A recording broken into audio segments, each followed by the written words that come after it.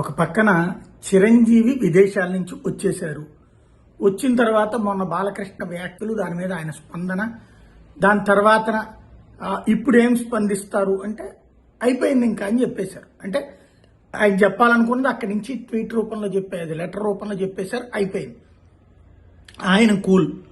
రెండవది బాలకృష్ణ ఆ మాటలకు కారణమైనటువంటి కామినేని ప్రశ్నలు, ఆ తర్వాత ఆయన స్పీచ్, దాని మీద ఆయన తిట్టు, ఇవన్నీ కూడా రికార్డు నుంచి తొలగించేస్తున్నట్టుగా స్పీకర్ ప్రకటించారు. కామినేని అడిగారు కాబట్టి అన్నట్టు. కాబట్టి అక్కడ క్లోజ్ వ్యవహారం.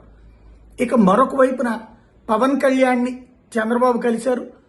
మిగతాది ఏయో మాట్లాడుకున్నారన్నది పబ్లిక్కి చెప్పారు. మేబీ ఇది అనుకుని ఉండొచ్చు.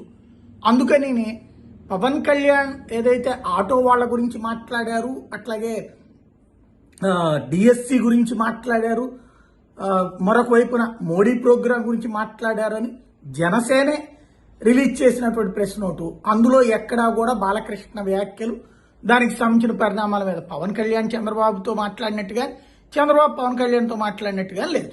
దెన్ అక్కడ క్లోజ్. అలాగే నాగబాబు కూడా దాని మీద ఎలాంటి స్పందన లేదు, క్లోజ్.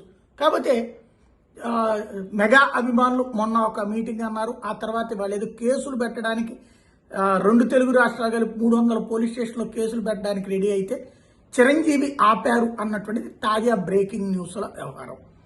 రెండో వైపున వచ్చేటప్పటికి దాన్ని చిరంజీవి వారించారు అన్నటువంటి.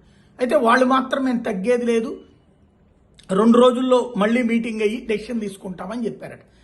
చిరంజీవి గారికి ప్రాబ్లం లేదు, బాలకృష్ణ గారికి ప్రాబ్లం లేదు, పవన్ కళ్యాణ్కి ప్రాబ్లం లేదు, నాగబాబుకి ప్రాబ్లం లేదు. అట్లాగే ఈ మొత్తం ఎపిసోడ్లో ఎవరికి ప్రాబ్లం లేనప్పుడు మెగా ఫ్యాన్స్ ఉద్యమించడం వల్ల ప్రయోజనం ఏమన్నా ఉందా అన్నటువంటిది ఇప్పుడు అసలు చర్చ. ఏం జరుగుతుందో చూడాలి.